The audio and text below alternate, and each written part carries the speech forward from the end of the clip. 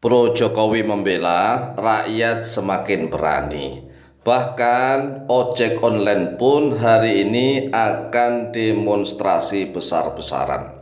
Oleh sebab itulah, wahai saudaraku seluruh rakyat Indonesia, mari kita ikut menyuarakan kebenaran.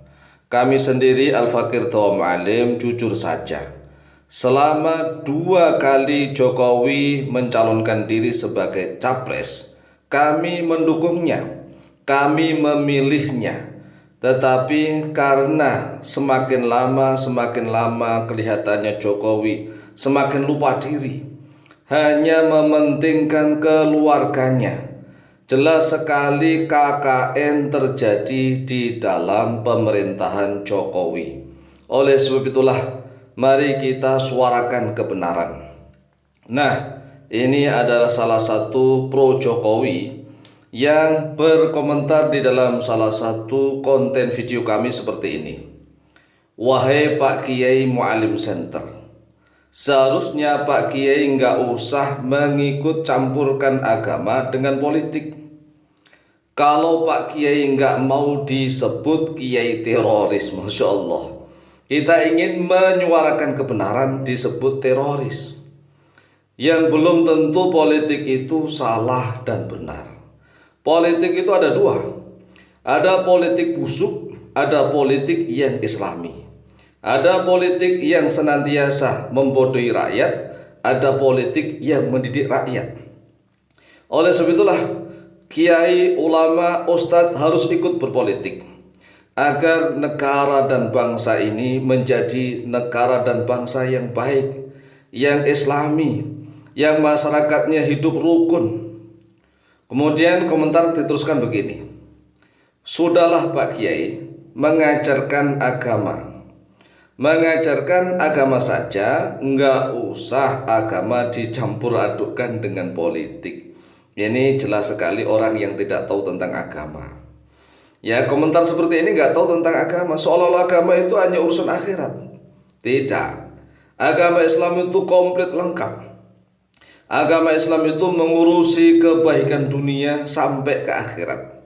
Kebaikan dunia, kuburan sampai akhirat. Itu agama Islam. Kemudian diteruskan begini, nggak usah agama dicampur adukkan dengan politik. Naudzubillah min dzalik. Katanya kiai kok terlalu usil ya dengan kehidupan orang lain. Masya Allah, Masya Allah. Jadi kita sebagai umatnya Nabi Muhammad SAW telah dikasih teladan, telah dikasih contoh oleh Nabi kita. Nabi kita sebagai seorang Nabi dan Rasul, beliau menjadi kepala negara. Beliau menjadi kepala pemerintahan. Beliau mendirikan negara Madinah di Madinah Al-Munawwarah. Jadi Nabi Muhammad itu seorang Nabi dan Rasul sekaligus sebagai kepala negara dan kepala pemerintahan. Kemudian dilanjutkan oleh orang-orang yang berilmu tinggi, yaitu seperti Abu Bakar, Umar, Uthman, Ali. Semuanya inilah ulama-ulama yang menguasai Al-Quran hadis, dan semuanya menjadi pemimpin negara dan pemerintahan.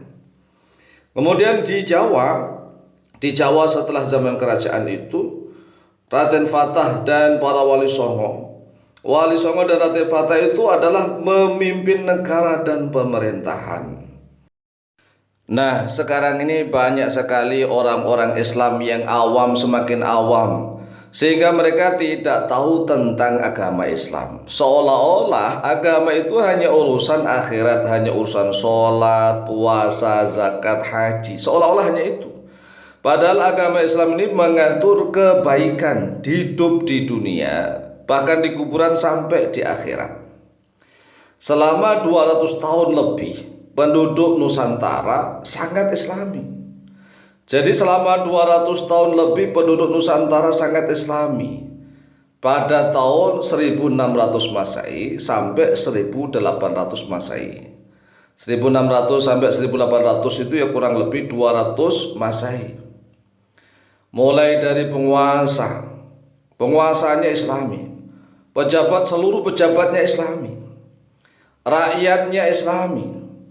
pasukan tempurnya, prajuritnya Islami. Semuanya sangat Islami. Lurah, ya lurah-lurah tatkala itu kalau diangkat menjadi seorang lurah harus dites dulu tentang keagamaannya. Surat menyurat itu menggunakan tulisan Arab, Arabikon. Itu selama 200 tahun. Antar kesultanan di Nusantara ini sangat Islami. Hampir seluruh penduduk di Nusantara itu sangat Islami selama 200 tahun. Sebelum diajak-ajak oleh Belanda. Jadi kita harus tahu nih sejarah Nusantara. Sebelum diajak-ajak oleh Belanda pada tahun 1800-an. 1800-an. Karena sebelum 1800-an Masehi, Belanda hanya menguasai perdagangan. Tetapi setelah 1800-an, Belanda sudah mulai menguasai sistem politik dan kekuasaan di Nusantara. Belanda datang ke Indonesia pertama kali tahun 1596 Masehi, mendarat di Pelabuhan Banten. Tetapi misinya dagang. Kemudian setelah itu datang lagi gelombang kedua yang menggunakan bendera VOC. VOC, misinya dagang juga. Jadi Belanda 1600 sampai 1800 itu selama 200 tahun juga itu mereka masih menggunakan sistem perdagangan, penguasaan perdagangan. Sehingga rakyat Indonesia masih dipegang oleh sistem kesultanan. Sistem kesultanan ini adalah sistem Islami.